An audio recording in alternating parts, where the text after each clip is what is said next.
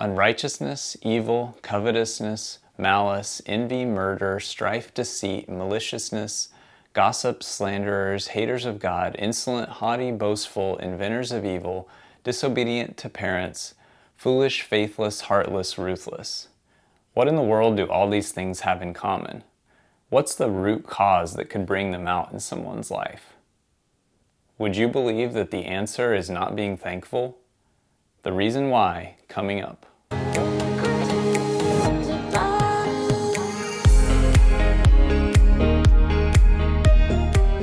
Joseph Clampett here with the Stewardship.com YouTube channel, where we unpack what the Bible says about money, possessions, and wealth in 10-minute videos. Today I want to make the case that thankfulness and wisdom are inseparable. First, we'll look at the basic principle as it's laid out in Romans chapter 1. And then we'll turn to the Old Testament for an example of how this played out in someone's life. So the main passage here is Romans chapter 1, verses 18 to 32. The terrible list of vices that I laid out in the beginning of the video is just the end result of a process that had taken place in someone's life.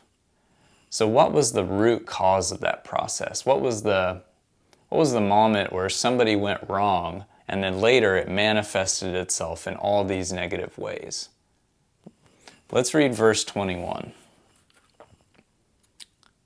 For although they knew God, they did not honor him as God or give thanks to him, but they became futile in their thinking, and their foolish hearts were darkened. So in this passage, Paul lays out a situation where people who, they don't necessarily even have the Bible, they didn't have the Old Testament law, they were not necessarily, Jews in the past, they aren't necessarily Christians today.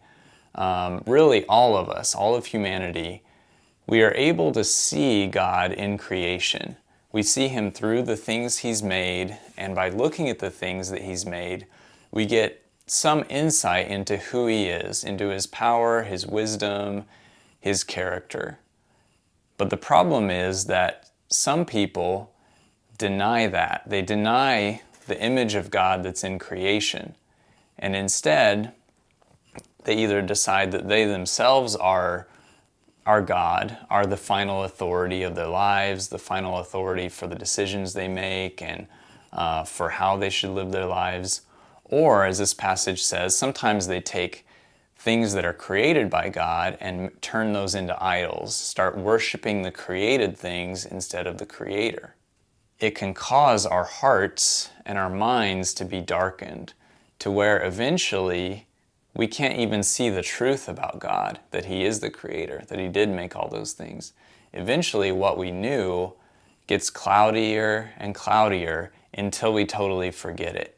And then we can become truly wrapped up in, worship of ourselves or worship of the created things and totally even forget that there is a God. So next I want to go to the Old Testament, the book of Daniel, chapter 4, and we'll talk about one example where that played out in King Nebuchadnezzar's life. So in Daniel chapter 4, it describes a dream that King Nebuchadnezzar had. Now this is not the most famous dream in the book of Daniel, which is found in chapter 2. That was the one where it's the dream of this statue that has different types of metal that make up different parts of its body, and its feet are of clay. That's another dream that Daniel interpreted. But this dream in chapter 4 is about a tree that gets chopped down, but its stump is left in the ground. I won't go into great detail about it. You can read about it in Daniel chapter 4 if you want to. So once again, Daniel is the guy with the answer who's able to interpret this dream. And what he tells Nebuchadnezzar is basically that he's going to be humbled. If he doesn't repent, he's going to be humbled. He disregards it. God gives him basically 12 months in which, presumably he could have repented, he could have changed things and acted differently, but he doesn't. And so 12 months after he has the dream, he's walking on top of his palace, looking out over his property, looking out, figuratively over his whole kingdom of Babylon. And he says to himself, look at all the this amazing kingdom that I have built by my majesty and power."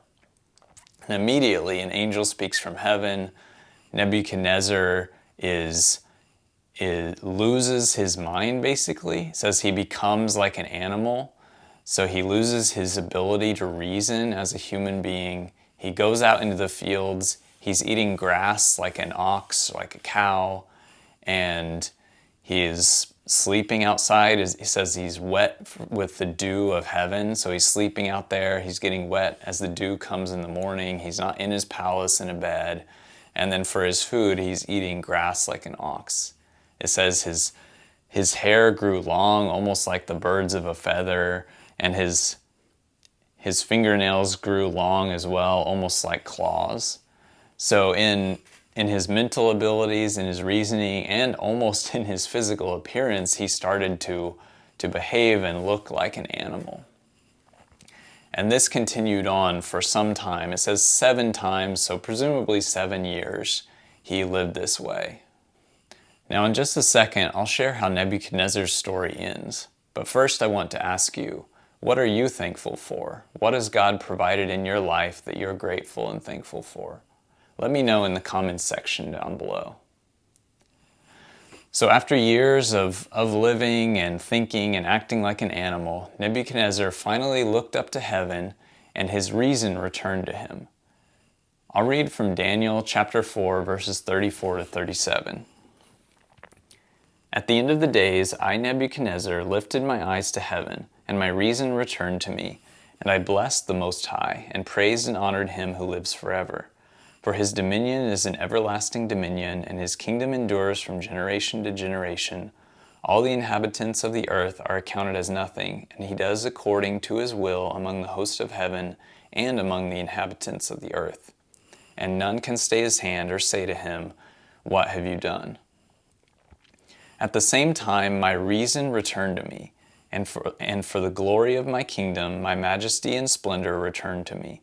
My counselors and my lords sought me, and I was established in my kingdom, and still more greatness was added to me. Now I, Nebuchadnezzar, praise and extol and honor the King of heaven, for all his works are right, and his ways are just, and those who walk in pride he is able to humble." Like Nebuchadnezzar, let's acknowledge God as the provider of everything we have. As we do that, he will give us abundant wisdom and ability to manage our jobs, our businesses, and our relationships for his glory and his kingdom. Now, for me, the most consistent way to practice being thankful is to keep a gratitude and prayer journal. Watch this next video to see how to start one. Thanks for watching. Please subscribe and hit the like button if you enjoyed this video, and I'll see you in the next one.